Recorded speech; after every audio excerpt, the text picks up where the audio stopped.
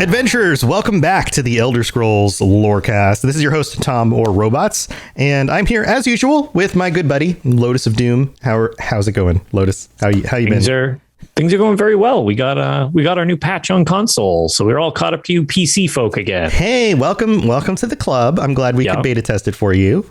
Come on in. No, I appreciate that. We got to skip over the missing CP bug, so that's all fixed for us. Really appreciate that one. You're welcome. It's a tough job to take that hit, but it's nice to get things a little bit earlier.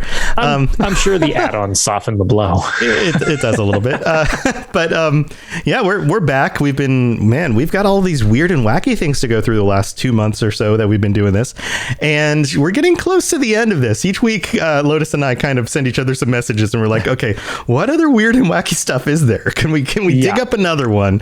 This week we've managed to find another one. There might be another few still. This week we're talking about the DreamSleeve, and this is one of those concepts that I wouldn't fault you if I was to say DreamSleeve and you go and you just respond with the wizard sleeve, and I would go, no, that's a Borat joke. The DreamSleeve. It's one of those things that it doesn't come up very much. Can you think about the last time? Is super fleshed out. Or is super fleshed out. This is one of those things that just doesn't come up very much at all. When was the last time you remember talk of the DreamSleeve? And I know for you, it's probably going back to something like Battlespire. I was going to say probably 2 months ago, right before I finished Battlespire, that would be the last time. Yeah. But other than that, can you think of a time that the DreamSleeve came up in a quest line, or I'm trying to think. Remember it being mentioned? It's very rare. Yeah, it is. If I'm not totally mistaken, which I might be, I'm actually trying to find it specifically, and I'm not seeing it on the UESP. So maybe I am crazy. It's on the UESP. There is a lore article for it. There is. It's small, but I actually thought there was a Argonian reference to them needing to go into the DreamSleeve for somebody briefly, like one of the shamans. But they don't really go into it too much, or it could have been something else that they were doing. But I thought they went into the DreamSleeve for either way. Rare is the correct answer on how often we hear about it. Yeah. So the DreamSleeve, people are probably like, what the heck are they even talking about? Yeah, well, they're just making stuff up as they go now. They're just making stuff up. They're just making up words, and they're just coming up. I joke about this on occasion, but it would be funny to start a blog where we just make crap up. It's just like super obscure Elder Scrolls lore, and we just like Photoshop weird pictures of things and just make up lore, and then we just keep adding it until eventually somebody shuts us down, and then that stuff just ends up proliferating into the internet for the next 20 years, and then people start referencing it and being like, no, this is a real thing. It's out there. Gets picked up. Yeah, it's out there. This is a real thing in the game somewhere. And I heard it, so I saw it on Reddit. It must be real. It must be real. Here's a picture of it. Yeah. This guar has Danny DeVito's face. No, exactly. It's not real. Okay, so the DreamSleeve is a concept that can be traced all the way back to Arena and Battlespire. This is something that has been in the lore since the very beginning. There's been references to it, and it's not very fleshed out. It has a little bit to do with a concept that has something to do with where souls go when they die, or where they come from when things are born. And it also has a little bit to do with sort of like an internet for mages to use to communicate across. Yeah, it's some sort of weird combination. That's the one that I think is the weirdest part about it. Yes. Is like it's kind of like Elder Scrolls email or Elder Scrolls Y. It's like, oh yeah, here's my I message through the DreamSleeve. So I guess it's my D message. Right. So we're gonna dig into this a little bit, because those seem to be the two realms in which DreamSleeve gets brought up, are these two kinds of rough concepts. And of course, when you're talking about souls dying or communications over distances with mages, that opens up a whole realm of other things and ways that you can talk about those things when it comes to Elder Scrolls, because now you're talking about souls and afterlife, which Okay, are we talking Oblivion, Aetherius, Sovereign Guard, the Far Shores, the Hist? Like that could be so many different things based on so many different cultures. And then you're talking about magic and where does the magic come from? What kind of magic? You know, all of that. You know, Magnus, the power of Aetherius, like all of those kinds of things. Where does actual magic come from? So many different things this can possibly touch on. But we're going to try and consolidate this into just some concepts that we do know about and some theories. And we're even going to, I talk about Eremithius a lot in these weird and wacky episodes. We had him on our show a little while ago. He touched on this concept on one of his episodes, and I'm even going to quote him based on his blog coming up as well on some of the things that he said on one of his episodes and some of the things that he pulled to be a little bit grounded on this. But then we're just going to see what else is out there. So here we go. Let's just talk about what the UESP has on the DreamSleeve. So here we go. We're starting in a little bit more grounded spot. The DreamSleeve, also known as the Dreaming Sleeve, is an obscure and rarely mentioned concept or construct. Two widely disparate functions have been ascribed to it, though they are not necessarily mutually exclusive. DreamSleeve transmission has been mentioned as a method of communication which has been used to contact those across vast distances. The DreamSleeve has been described as a conduit for sending special transmissions. Special transmissions.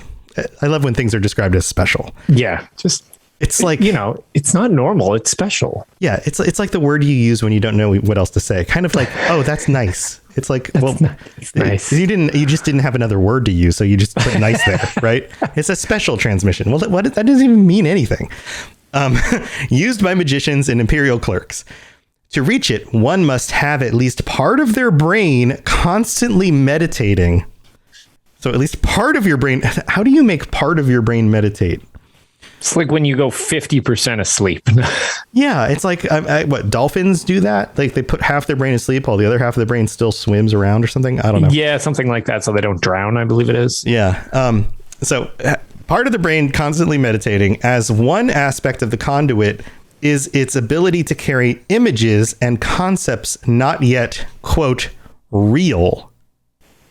And this actually has a reference point in some of the lore. So whatever that means, it is utilized as a rapid means of magical communication related to telepathy and memospores. Crickets. Yep. Yup. Memospores. You know, when you were just saying that you say special or nice when you don't have anything else to say? Yes. Yup. Yes. Memo. There's mine. Yes. Okay. So you want a place where memospore is used in some of these documents that are referenced? Yes. So, please use memospore in a sentence. Mm-hmm. Guess who wrote this document? The Numantia Intercept. Guess who the author of this one was? I'm sure it's probably somebody that's well known in the community. It's a lot of fans. Michael Kirkbride. I have opinions. So, yep. So this sentence begins, or this little paragraph begins. The moths closest to my ears and lips once served under Belshazzar, the bull, during their corporeal stage. You know thereby the extent of my allegiance. Please give my permission to herd at the elder council, even if only by Dusel Memospore. For those listening, I'm turning and looking directly at the camera knowingly, like I'm on The Office. All right. We're going to look up the next one, right? So this one is called Dominion Prism Textract. Dominion Prism Textract, producing tower scrolls, DreamSleeve stored memospore, and tangible magicas, or entering unto Mundex Terrene for inspection and other purposes. Yep. Okay. So that clearly you can get the gist of where this is going, right? Memospore. Let's find another one. And this is the third reference. Well, this document doesn't said it's referenced in here, but it's not. UESP, you got to clean this one up. This one's supposed to have a reference. This one's not actually referenced. What are you doing? What are you doing, UASP? I trusted you. I trusted you on this. I trusted you with my Mimo spores. I trusted you with my Mimo spores. Well, there were 3 references, I thought, to Mimo spore, but I guess not. Yeah, it seems like there are actually 2. There were only 2, and who knows what a Mimo spore is? I guess it's memo spore. Maybe it's I was going to say spore that transmits information. To not be completely dismissive, I assume it's faulty Mimo spores on the USB. Faulty Mimo spores. My assumption, since I don't think that this is actual, again, I don't want to sound like a total douche, but it's a memo spore. So it's a biology spore that it's like some type of biological spore that it's like transmitting data. It's just like, that would be my guess. It's an email. It's a biological email. It's 2 words just smooshed together to make like something that, I mean, to be fair, Mimospore is a really fun word. So I guess that actually is pretty good. I'm fine with that. Sure. Sure. We'll just let it be what it is. Yeah, we'll just tuck that Mimospore away into our notebooks for later. Okay, here's what I think it is. It is like it's like a cell that you can imprint data into, like a message. Yeah. And then you can send that cell to some other mage who can then read the data off of that cell or spore. It's like if you could imagine, you could take a spore and rearrange the cells or something in it in a shape of words, and then you can then read it. I bet it's something like that, right?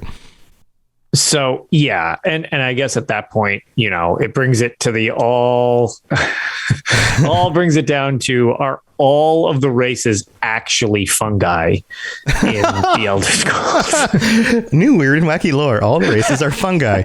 All right, let's continue, because this actually is not a very long document, but we've definitely been sidetracked here. There isn't all that much on this. On to the 3rd paragraph. During the Imperial Simulacrum, Daedric Prince Mehrunes Dagon's forces invaded Nocturne's realm of Shade Perilous on their way to taking the Battle Spire. So, of course, we know when this happened, right? During the game, the Battle Spire. As a result, Nocturnal Lieutenant Jaciel? Jaciel, I believe is how they say it in game. I'm trying to remember exactly, but Jaciel Morgan, I believe is how they say it. Yeah, Morgan fell into a deep despair and drove her own spirit into the DreamSleeve. This left the Daedra physically present but mostly unresponsive, as if in a deep sleep. Only the self-sacrifice of her servant, here we go, Dayanara Catrice? Dayanara. Dayanara Catrice? Yeah, I think so. I think that's how they pronounced it. Okay, was enough to awaken her.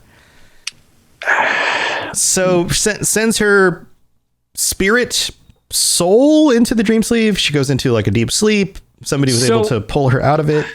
It's a little weird because I made jokes when kind of regaling this whole thing, and it was it is a weird quest, and it gets really dark. I actually I didn't want it to be completely misinterpreted on the episode of Tales that we do go into this, because this quest line was completely off the rails in Battlespire. Mm-hmm. But at the same time, it's both goofy and really, really kind of sort of real world dark at the same time. So prior to that episode, I actually added a bit of an addendum where I was like, yeah, the joke, like the jokey nature of this is not actually about the problem of mental illness. It's like the very, not pulling punches, bad writing in Battlespire at this section. It's just bad. Like, it's just really bad, in my opinion. Sleep is not quite what... During this quest, she essentially is pouting and having a tantrum, and it is just complaining how sad she is about everything and that we should go away and she won't help us because she's too sad about it. Oh. And so again, slight disclaimer, just if mental illness is like a trigger for you, like the solution is to make her friend commit suicide. Oh. so that it makes her even more sad that she gets so upset she snaps out of it, essentially. Wow. And I was like, okay, this is ridiculous. And the dialogue, because the whole dialogue in the game is goofy, off the wall, ridiculous nonsense. Like, my character is like cracking jokes in the middle of this. And I'm like, oh my God, this is so stupid. And then like they do it. I'm like, that's not the direction I thought this was going. Okay. Yeah. And then when that happens, it pulls her out of the dream sleeve and snaps her out of it pretty much. And she hates you because a topic that's I wish they would go more into with Elder Scrolls. They make reference to the fact that Daedra don't die. They're obviously put back to their like Azure Plasm state, and then over time they're kind of reconstructed. They make reference to the fact that is basically way worse than the humans' concept of dying, even though they're immortal, because it's an incredibly jarring and painful process to which it saps a bit of their sanity every time it happens. Hence why it seems like Daedra kind of become more feral or vicious, and it's reference. It's not direct. I picked up the fact that I was like, wait, so that's basically giving this like cool background story that it's like, yeah, that's a different form of hell to be reconstructed like that. Yeah. And to lose your sanity and go through like torture over and over and over and over. And so as a thing, her friend is now in this, and she'll eventually come back one day, but she blames you for that. But at the same time, she becomes cognizant of the fact that she's been pulled back out of the dream sleeve. And then it turns into a buddy cop thing where she's like, well, I'll totally help you when you need me. And I'm like, okay. And then in the final fight against Mehrunes Dagon, she just pops up topless all the time for whatever reason. They're all just naked in this game. It's because 90s. Yeah, because of the 90s. Right. She just pops up heroically in the background to help you beat Mehrunes Dagon. I was like, wow, that was a roller coaster of directional changes during that quest. So that's just a little like Battle Spire reference from my take on the Dream Sleeve, because that was one of the few times I've ever heard of it. Mm-hmm. And I actually had a slightly different interpretation, it looks like, than the UESP did for that quest. That's interesting because and that's part of why I think this topic is kind of wild and wacky, is because the topic isn't handled directly. It is referenced through the quest lines. It's very tangential. It is a secondary reference. You're dealing with a thing that is saying like this thing is then going to the dream sleeve, or the spirit is being sent to the dream sleeve, or this person is communicating through the dream sleeve. It's a secondary thing that we're not getting a lot of actual information about. Yeah. So so that's interesting, because I haven't played through Battlespire, and of course, as you have mentioned, it is a torturous task to try to do so through today's hardware, and with our experience playing games today as opposed to what was back then. Yeah, there's a lot of reasons not to play Battlespire. Right. So the last paragraph in this says, according to the teachings of Mankar Cameron, mortals leave the dreaming sleeve of birth the same, unmantled save for the symbiosis of our mothers. Let me read that sentence again, and let me chime in with what you think this actually means. Sure. And of course, this is Mankar Cameron, so this is a little bit cryptic, but mortals leave the dreaming sleeve of birth the same. So let's break this down. Mortals leave the dreaming sleeve of birth. So we all come from the dreaming sleeve. Yep. So the origin of our souls, or the thing that inhabits our bodies at birth, comes from the dreaming sleeve, and we all come from it the same. So our souls somehow originate in basically the same form, unmantled, save for the symbiosis with our mothers. So the spirit that comes from the dreaming sleeve is, I would say, identical to any other spirit. They're like the personality, the shape it takes when it leaves the dreaming sleeve is like an empty vessel. Yeah. And then when it enters our body, it is through the symbiosis with our mother with which it starts to take form and personality. Yeah, you become you essentially in the womb would be the idea Right. that I see Right. out of this. Otherwise, like just for like, I'm trying to think of like, what's a good reference for a soul? Picture a wisp. You got the little blue floaty wisp. Like, okay, there, for the sake of example, here's your wisp version coming out of the DreamSleeve. You go and you're just generic, I don't know, incorporeal matter, so to speak, right, going to your destination, and then you become you and form again once you're growing, type of deal. If you were to stop the transmission of the soul to the body before it reaches the body, you would not be able to determine that specific spirit or soul from any other spirit or soul, because it has not yet reached They're the all body. interchangeable. It would be interchangeable. It would be an empty vessel. It would look like any other spirit trapped in a soul gem before it reached a body or something like that. If you were able to trap it in a soul gem, which I was supposed would be the closest thing that you would be able to use with which to catch it out of the DreamSleeve. Right. Speaking in or world, going back into the DreamSleeve, or going back into the DreamSleeve, it would then it would match the form of the body with which it came out of. Right. I would suppose. I would think. And this then, is getting into some of the later concept stuff that we're going to talk about. But right. Yeah. So then the last sentence, this one's interesting. It is through the abandonment of the mother that mortals therefore enter the domain of Lord Dagon, the Prince of Destruction. And I think this is because it's Mankar Cameron.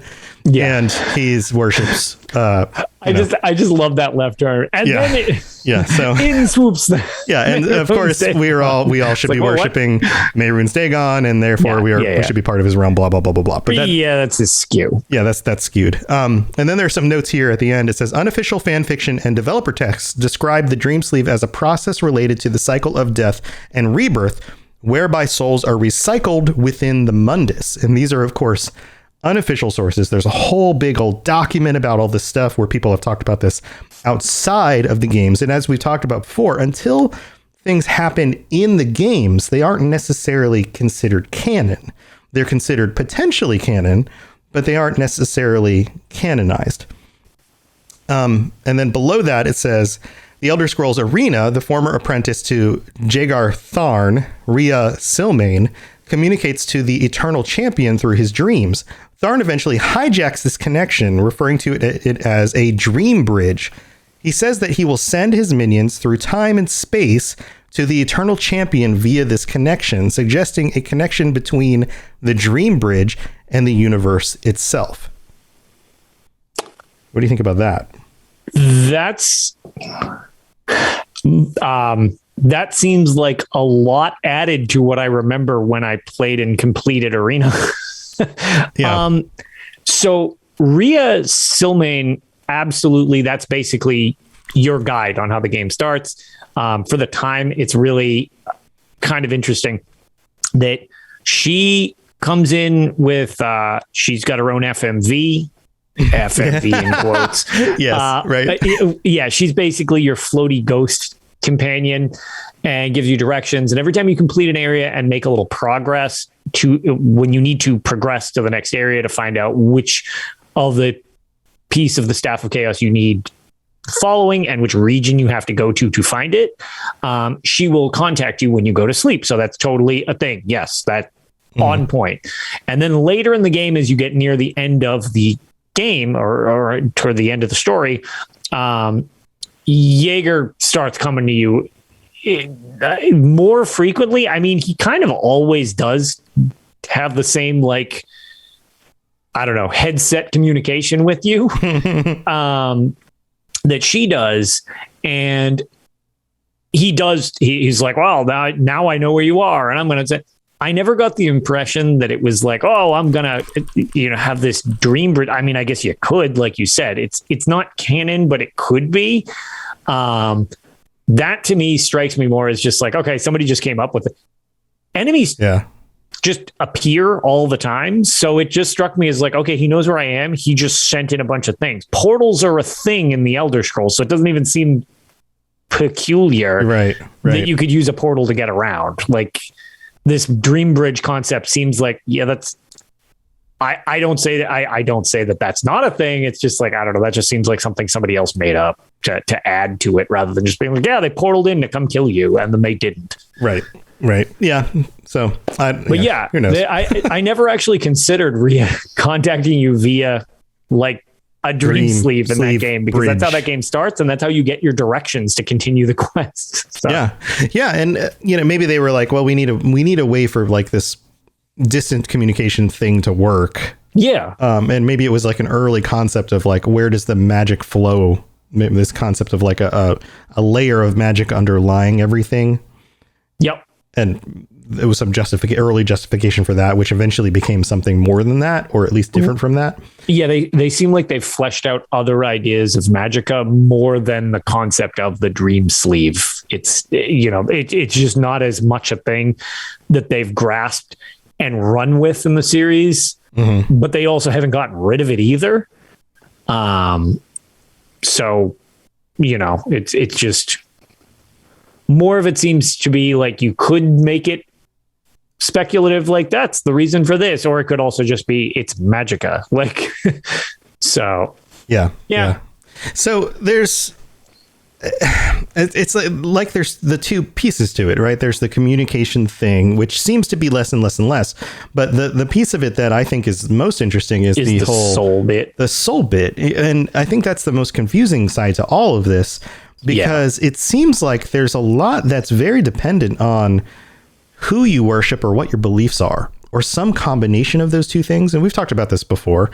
Like if you worship a specific Daedra, somehow that takes precedent over the fact that you're a Nord or something, right. Like, so if you are a Nord, then supposedly you're supposed to go to Sovereign Guard. But if you make some sort of pact with a Daedra, then that somehow takes precedent over the fact that you're a Nord. And then that Daedra can swoop in and claim your soul.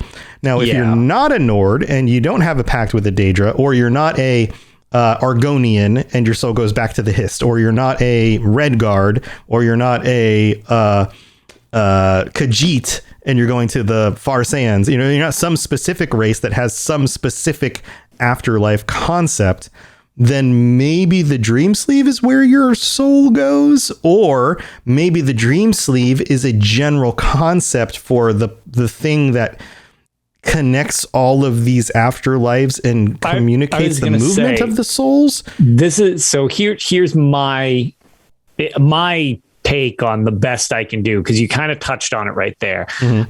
What if the DreamSleeve is like your travel network to and from your afterlife of choice, or not choice in some cases where you botched a bargain? Say, for example, like the DreamSleeve is totally there, and that's a thing.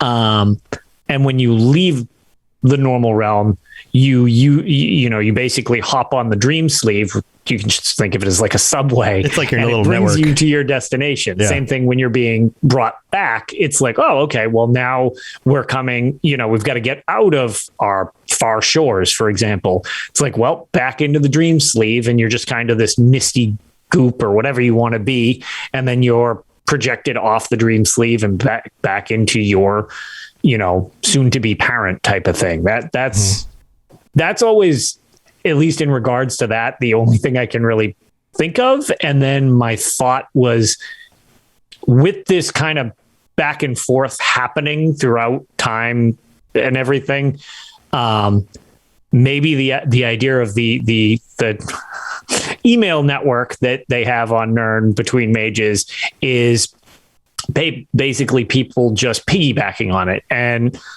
the reference point I had where I made the joke, it's like, well, it's not an iMessage, it's like a D message for the DreamSleeve message. Right. Well, one thing to that, which is kind of, you can send a text message and it goes through as a piece of data.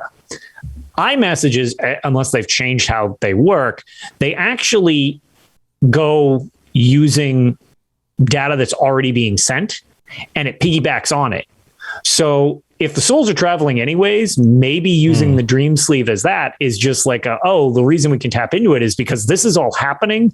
All we're doing is piggybacking our signal on top of it's like throwing a leaf into a river. the leaf is just going to go going with there the river. Anyways, Right. We're just tossing it in. So like that's the best I've been able to piece together for what I think a DreamSleeve is. Mm-hmm. Mm-hmm. Okay. Yeah. So these are all fun ideas. So, so we've got to take a break. We've got to thank our patrons. And we've got to talk about some of the new gear you can get as part of the Patreon. I brought it up last week, but I've got to mention it again for those people who didn't catch it. And then I've got some stuff from Aramithius, because he talked about this on a previous episode. So I want to quote some of the stuff he said, which I think is going to match some of this, but it also brings up some other questions. And then I have another article I found that I want to reference to that brings up some other questions as well. So stay tuned for that stuff. We'll be right back. The skies are marked with numberless sparks, each a fire, and every one a sign. So patrons, you guys are freaking amazing. All 47 of you, including our tier 5 patrons, Noodle Al Dente and Daniel O. Thank you for supporting the Patreon. And for all of you guys who are tier 4 patrons or tier 3 patrons, you guys are now getting stickers. So every 3 months that you stay on as a tier 3 patron, you are getting stickers that I am designing custom for you guys that will never be available outside of Patreon, that include the Daedric symbols with special custom made by me textures underneath the symbols that you can use with the show logo built into them. And then tier 4 and tier 5 and tier 6 patrons will be getting t-shirts every 3 months that you stay on as kind of a loyalty thing. And this is built into the Patreon. This isn't any extra cost. None of the tiers went up in price. I just added this in here for you guys as a thank you for helping to support the show. So thank you to all of you guys. And if you aren't a patron, or if you are one of the lower tiers and you'd like to upgrade, you're welcome to do so. You can get onto this right now, and it'll get you set up for these loyalty t-shirt setups. And the thing is that these shirts are never going to be available on the other store, on the Robots Radio store. They're only available to patrons. And once they're off the Patreon and we're on to the next set of shirts, then they won't be coming back. So if you, and we're going to go through the Daedric Princes in order. So if you want to get specific Daedric Princes, like Hermaeus Moore is going to come up, we're going to go alphabetically through them. We're going to start with A, and we're just going to keep going. So if you want to get them, you got to sign up now in order to make sure you get them. So thank you to everybody who helps support the show. If we've done anything to help you get through your workday, your workout, your commute to work, or you're working on your autobiography, then you know what? Then just, go check out patreon.com/Elder Scrolls Lorecast and see what kinds of things you can get. All the pictures are there on one of the posts. You just got to scroll down, get to the post with all the images. I think you guys will enjoy those. But thank you to everyone who helps support the show. You are what helps me to be able to do this as a full-time thing. So I genuinely appreciate it. Thank you guys. All right, let's go back and talk about more of this DreamSleeve stuff, because it's super weird. Here we go. Yes, you're entirely brilliant. Conquering madness and all that. Blah, blah, blah, blah, blah.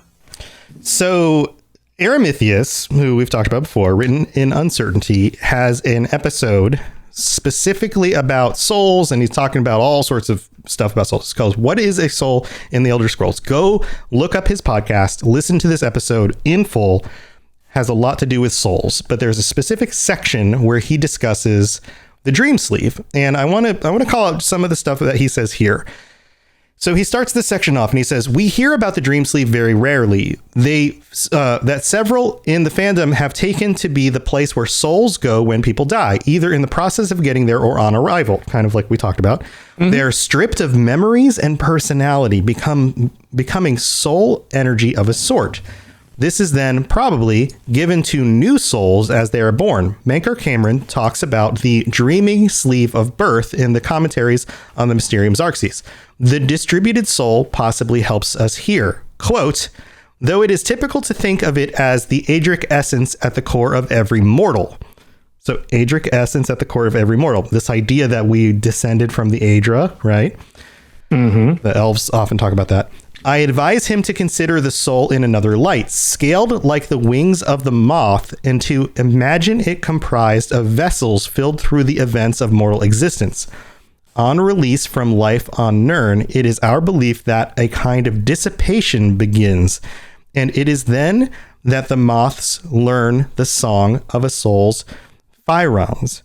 which are shepherded under our care and protected generation after generation. So this brings up the concept that when the soul returns to the Dreamsleeve, and regardless of how all the other parts of this work, whether that takes you to Sovereign Guard or whatever, like let's say this is a network, this is the river that delivers your soul to wherever it goes. Yep. The things that you pick up in existence in your lifetime start to evaporate. And you start to lose pieces of this. Mm-hmm. This concept that like you start to lose pieces of yourself. And it's almost like being in the Dreamsleeve starts to cleanse you of you. The you that is you starts to disappear or starts to break apart. It starts to evaporate potentially. What do you think about this concept? I mean, that's it totally could work because, like, based on what I had mentioned earlier, this is pretty much very similar.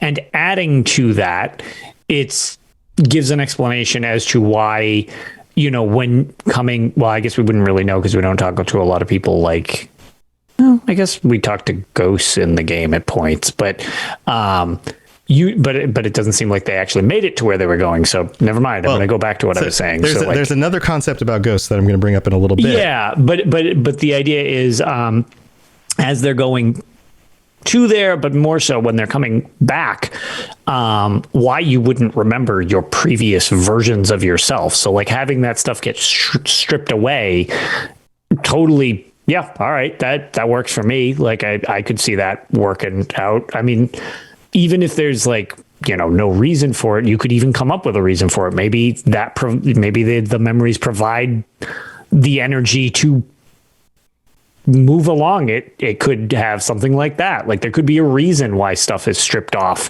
as you go, other than just, we don't want you to remember in the, you know, in the coming and the going. But yeah, totally seems reasonable to me. Mm-hmm. Yeah. He also talks about how part of it could be that the water leaks out like into the ocean. So the Dreamsleeve itself being the ocean. So the soul empties slowly out into the greater ocean. And so you have all of it everything spilling. Is very liquid and tonally based in the Elder Scrolls. So again, that totally like seems plausible. Right. And even something like and I don't want to read the whole article here, but he even says that something about ghosts. Where was it? Ghost. He even says here it is. If you the original memories, the original water from the vessel is mingled with the ocean and you can't access them anymore. That's perhaps how we get memories that can persist in ghosts that haven't fully evaporated yet. Memories becoming water, which is a representation of the Dreamsleeve. So this idea that like a ghost, oftentimes when you come across ghosts in the games, they're deeply troubled, but sometimes they don't even remember why. It's like these apparitions of the self that they're still kind of connected to reality, but aren't fully even aware of what they're connected to necessarily. They're still just not fully here, but they're not fully there yet. They're just kind of in between. They're stuck. So you have concepts like that. So he goes on and touches on this a little bit more with some of these other concepts and makes some other references, but I'm going to leave that where it is. I'm going to let you guys go listen to the rest of that episode if you want to dig into some of that stuff and the rest of the souls piece of it. The other thing that I wanted to get to here is an article by Colonel Killaby, and this comes from colonel-killa-b.tumblr.com. This is a post, and I found this very interesting, and this is where we're gonna end the episode, but this is a fairly long post, and I want to get through the whole thing. So, give me your thoughts on this, and chat. Feel free to chime in with your thoughts on this as well. So here we go. The Dreamsleeve in Tamriel isn't well understood, but we see its effects in every game. Ghosts show its existence plainly. The act of recycling a soul, the way a computer associates a file, and is no longer recognized or readable by the file, and then eventually another file is stored in its place. So the two analogies here, souls and computer, like the idea of storage. Okay. Recycling a file, like when you delete a file, you're emptying that space and then you can restore something in that same slot, like on a hard drive. Abandoning the analogy, souls come in at least two parts. And I think this is interesting. The essence and the spirit. Unless forced apart, the spirit is slowly eroded away by the Dreamsleeve until nothing but the essence remains.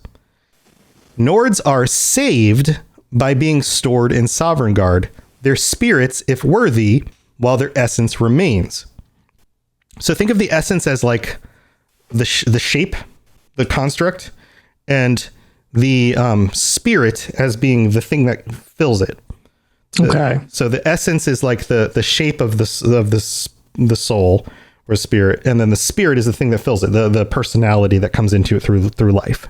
And that's right. The inside part is the part that evaporates, right? It is possible that Kine, the kiss at the end, when sending the spirit to Sovngarde, forcibly cuts them from this world like a grim reaper with a scythe, leaving strands, the roots here. These roots are remnants, bits of data that remain from the whole. Echoes, the same echoes that ghosts are, but instead of being the result of slow decay, erosion, they are what's left of what is preserved. So in this sense... Oh, okay. A ghost is kind of the remainder of what's lopped off on death. All right. All right. Wouldn't that leave us with a lot more ghosts floating around, though? Possibly. Yeah. So it goes on. Let me Okay. go. Okay. This is how Olaf One-Eye is both a Draugr and in Sovngarde. He even is aware of his Draugr form when you defeat it. There's at least 3 different types of Draugr. The dead ones that stay to guard tombs of their own free will, like Olaf, with traces of their past selves, of what was with base instincts and knowledge.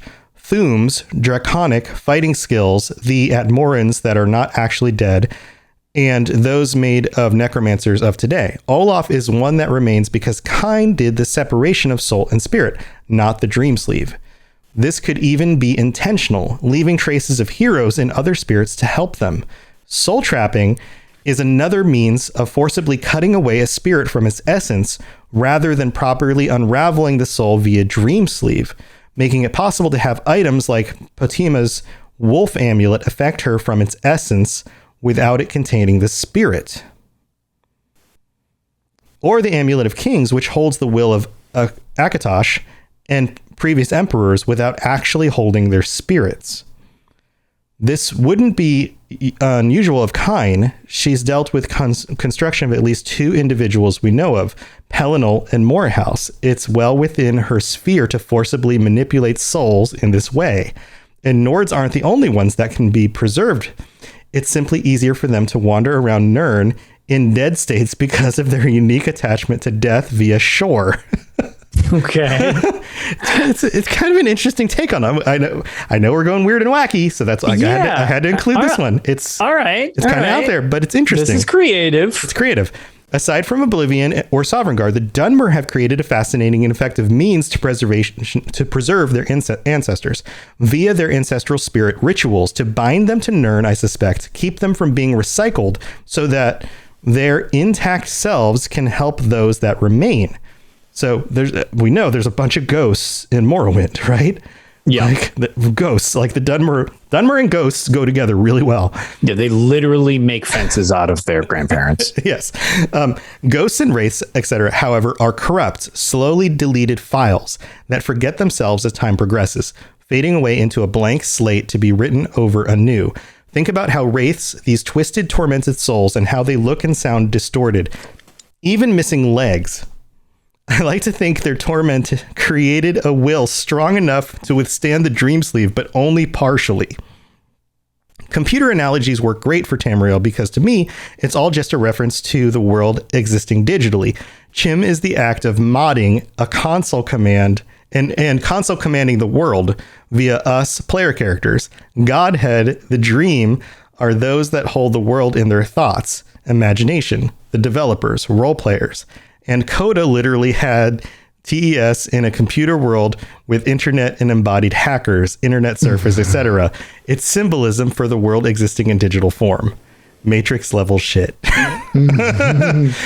So anyway, that went into Coda, and I know you love that stuff. But yeah, it's the greatest. Right. Big fan. But it's, we're talking weird and wacky here. To be fair, based on that theory, that totally syncs up. So like if you want to add Coda into like, oh, I like the idea of Coda. Like this is a thing that I'm a fan of. Totally. It's funny. I was kind of thinking that along the way too, when people were, when these different parts were making references to like digital parallels to things. Mm-hmm. First thing I'm thinking of is like the digitals in Coda. It's like, oh, well, this is like pre-times for that, where it just becomes more overt as you go later down the line with how technology has advanced so much in whatever it is, the 9th era of the whatever Coda's year it is. Coda, right? Coda year, it's yeah. In the 5th era, but yeah. But no, that one was that's sure that was kind of a creative little romp at the end there. I've never thought of that way, but all right, yeah, I'm down. Yeah, it's just a different way of considering it, especially being a little bit more code focused. This idea that, like, okay, if this is a stream of communication, this is code. This is the way that all of these things are communicating through code. Maybe this is just another way to look at it, but it's just an idea. There aren't a lot of hard references here. It's more of a creative take on it. So sure. Of course, but I mean, to be fair, with a grain of salt. Even our other ones were kind of just creative takes on what little we have described from the game itself. Right. Yeah. And I think I don't know that we're going to get much of a hard and fast explanation here. Like, so much about the afterworld is, there's so much vagary around it. And what I find interesting is that you actually experience some of it. And this kind of opens up other topics, so I don't want to go too far down this path. But in Skyrim, you see Sovereign Guard. Right. You go there. Like, yeah. there are some of the dramatic fight there. Right. And there are quests in other games where you go and experience some of the things that happen in what appear to be the places you go when you die, whether that is a realm of oblivion that you're supposed to end up in when you're dead, or, heck, even the beginning of ESO, you end up in Molag Bal's realm with these, soul shriven, which are, these dead beings whose souls were sucked out, but they themselves are still stuck there in some form of being dead, just without their souls. But they themselves know who they are. You know who you are. You're a soul shriven. You're still you. Right. But are you without a soul? Like, how does that even work? What does that even mean? Like, is there another you that's your soul out there but without a body? Are you now in two places at the same time somehow? Like, how does that even work? So there's so much about the concept of being alive or dead in this universe that is just not clear at all. And they've played so fast and loose with it over so many games now that we just don't know. So to play fast and loose with something like the DreamSleeve, it's just another piece of that puzzle that we're going to have to clean it. We would need some very, very distinct insight into what is hard and fast with this stuff before we even get any real concrete anything about the DreamSleeve. But I don't think we're going to get that, because as soon as you start talking about the nature of death, we are talking about the nature of belief about death. And now we're talking about subjectivity when it comes to religious thought. Right. And who's to say, like, if you're the Dragonborn, is your experience in Sovereign Guard concrete and objective, or was it subjective based on your beliefs? And that's just the way you interpreted what happened once you entered some realm beyond anything you could have experienced. Is that just what you interpreted as what you saw and did? Right. And with Elder Scrolls, there isn't this nebulous concept of, what you believe, like if it were real life, where there's nobody from the afterlife. You can't experience that and then like have a good way to talk about it, because you're not talking to ghosts or whatever. Mm-hmm. Whereas in the games, these afterlives concretely exist. So like there are multiple options, where in real life, it's a lot of, you need to have faith in whatever it is you choose to believe in. and you could possibly think there's more than one option or not. There could only be one. But we have no way of concretely proving any of that. Correct. Whereas in we Elder never will. Scrolls, Right. Because it is a game that you can physically play and they can make the rules as they see fit. You literally know these places exist. You go to them, you survive, Right. you can come back, you Right. talk to other people who have and haven't. But do we concretely know, or do we only know that we had the subjective experience through that person's perspective? Sure. Of something that they were interpreting of being that thing. Right. It's just more so that the thing has an existence, like Sovereign Guard is, but then he must have gone somewhere. Guard. Right. Exactly. We know that the Dovahkiin went and did something. Right. But it's like, are the far shores literally like a tropical island? Well, I don't, maybe that's where the interpretation comes in. Right. You know what I mean? Right. Like, is there a giant Viking mead hall for the Nords? I don't know. Like, that could be more to your point where there's an interpretation to it from what people see, but the place exists, depending upon which version you're going to or whatever. So maybe the Dreamsleeve is the universal place that all souls go, but the interpretation of the experience of it is based on cultural teachings. Yeah. Maybe that's it. Could be. I don't know. Well, I think we're kind of at the end here, because that's about all we have on that. I'd love to hear what your thoughts are on this, because it is so vague, and there may be references to some of this that we haven't found, because again, it's one of those tiny little topics that comes up every so often in some random little places.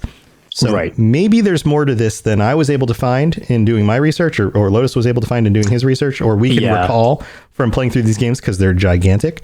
So if you want to chime in with some of your thoughts, we'd love to hear and your thoughts on the Robots Radio Discord, or send us some messages on Twitter, at Lotus of Doom for Lotus, at robots_radio for me. And Lotus, do you have anything else you want to share before we head out?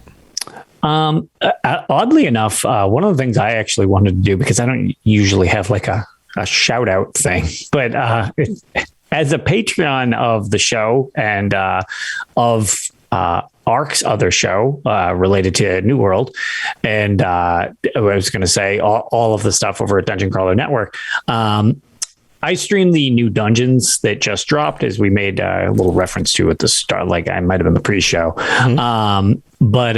We streamed those last night for launch. We went through, beat them both on Vet, did some of the hard modes, super fun. Honored, Rich Lambert actually ended his stream, raided in with a whole bunch of people. Yeah, you had a crazy party. Yeah, he brought in several hundred people in the middle of us doing the finale of the harder of the two dungeons on Vet.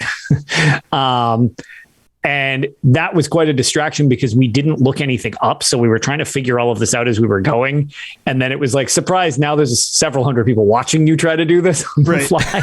So we're like, crap. Time to get good. It made it super amusing. And the reason I bring this up is because I actually wanted to shout out that there are a lot of people, but just because I know he listens to the show and is a supporter of yours and Ark's, I wanted to thank Noodle Al Dente for hanging out last night in stream with me and sub bombing my chat the second we beat the finale. Aww. Like we beat it. Nice. So all of that goes to Extra Life, which is the charity that I like to try to support each year. Mm-hmm. And that was very nice of Noodle to do that. So I just wanted to give my own Noodle shout out this week. That was very thoughtful. A lot of people were very pleased that they had all the like emotes and fun stuff that come as a result as well. But just thanks for that. Appreciate it. It goes to a good cause. That's awesome. Noodle's awesome. Noodle's really, really awesome, and has been a supporter of the show for so long now, and so many other wonderful creators. All the people that I either met last night, or everybody, I was going to say several of you were in chat, like Tim Tor and stuff like that. appreciate all you hanging out. Hope you had fun. I know some of you were actually doing the dungeons off to the side separately at the same time I was. So you were just kind of like keeping me on the side thing to listen to us screaming and exploding and everything. But then at the same time, the same way we were doing it, they were looking to try to do everything themselves to figure it out. Cause that's a lot of the fun of it. Yeah. Oh, I love watching streamers while they play games. Yeah. It's super fun. That's great. That's what's so fun about the community. I know Rich's streams have been a lot of fun. He's such a nice guy. He answers so many questions. He's so patient with the community, and he's been getting such awesome big crowds of people just kind of hanging out. Yes. So Rich, I mean, as everybody knows from when Rich joined us on the show, Rich is very good at just kind of having a good chat, and he plays Elder Scrolls online quite a bit, which sometimes people always wonder, do these people even play their own game? And Right. The answer is yes. Yes, they do. At least with relation to Elder Scrolls Online. Any of the devs I know, they all play very differently, but they all play, which is kind of amusing.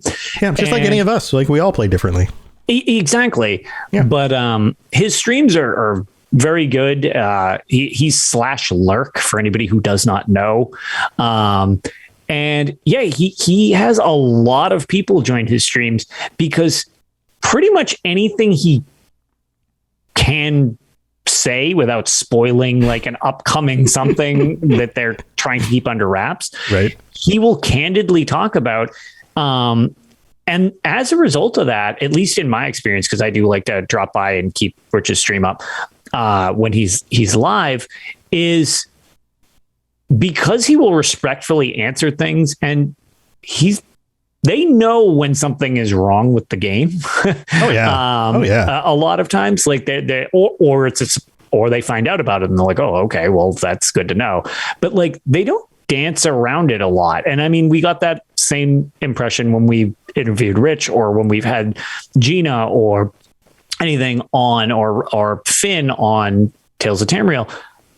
They don't pretend that the game just is the greatest thing ever and nothing ever goes wrong. It's just like, no, this didn't work as we intended. We changed it. Or this is something people didn't like. We changed it, blah, blah, blah.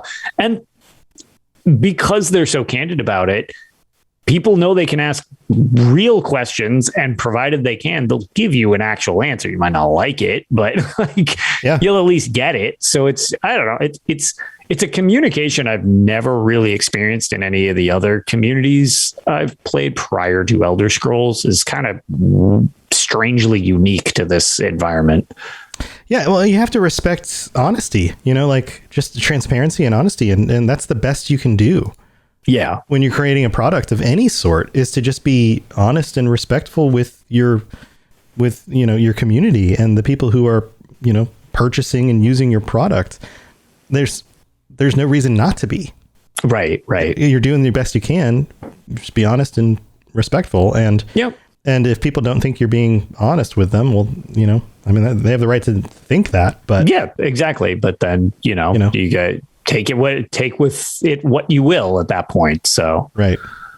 So yeah, it's you guys should go check out his streams. He's doing some awesome stuff over there. Yep. And say hi from us. He runs with viewers a lot if you have any interest, or he does pugs, which have been very entertaining. He'll slowly teach people how to do something if they're new to it. Like it's very different than what you would expect from a game dev to be doing with their own game. Actually, it's just having fun playing it and kind of just chatting with everybody. Yeah, but it really genuinely shows that he understands the game. He enjoys the game. He probably plays the game more than many of the people who are watching him play. Yeah, he also posts a much better VMA score than I can post. which is just awesome. It just goes to show like these guys know what they're talking about. Like, yes. So many players have such a sense of like entitlement when it comes to these games. And they're like, these developers must not play their games. They don't know. And it's like, wait until you work. Yeah, wait until you work for a game developer, then maybe talk about it. Yeah. Yeah. But anyway, well, thanks for joining me again. And you guys know where to find all our stuff, robotsradio.net. One other thing I wanted to note before we end the show, I am in the process of untangling the Robots Radio YouTube channel. So I've created a singular Elder Scrolls Lorecast YouTube channel. It doesn't have its own YouTube channel name yet because I have to get to a certain status with numbers of subscribers and all of that. So the video version of this podcast will go up there directly, and I'm in the process of slowly moving over all the old videos onto that channel. So every day, one of the old videos gets moved over, and when this video goes up, it goes directly to that channel. So I'll continue posting notifications about that. It's going to take a few months to move all that stuff up. There are limitations for YouTube for how many videos you can upload every day, and it also takes a while for me to manually do all of that. So it's going to take a while. I'm going to do about a video a day for a while. But go check out that channel. There will be links on my Twitter account and on the regular YouTube. I'm putting up notifications every week when the new video goes up. You'll see the little, how YouTube, you can put the little comment up with like a link instead of a video. You can post like a little message. There'll be messages with links and stuff. So pay attention for that. There's also a link in the show notes to the new YouTube channel. So if you want to follow that or subscribe to that channel, it would be very helpful. It's hard to get new channels started on YouTube because YouTube assumes that new channels are not worth anything. So if you want to help me out, please go subscribe to the new Elder Scrolls Lorecast channel. And so that's what I've got going on. And also, please go check out the new stuff I've got for merch on the Patreon. I think you guys are going to love it. I spent a good amount of time working on those t-shirts. I think you guys are going to love those. So thanks again for everybody for listening and being here. We'll be back next week with another regular episode. And we've got, what is it, the 9th already? Holy crap. We're already like a third of the way through the month. But madness. Yeah, this month ends on a Thursday. So we've still got 3 more weeks until the Patreon episode. So we've still got a few more weeks before that's going to happen. So we got a few more regular episodes and then the Patreon episode. So we'll see you guys next week. Everybody stay safe. We'll see you later. Bye, everyone. See you later. Thanks for listening to the Elder Scrolls Lorecast. If you have something you'd like to contribute to the show, please reach out to us at elderscrollslorecast@gmail.com or on Twitter @ESO Lorecast. I really appreciate you listening, and I'd love to hear from you soon. You've been listening to a Robots Radio podcast. Smart shows for interesting people. Check out all the shows at robotsradio.net.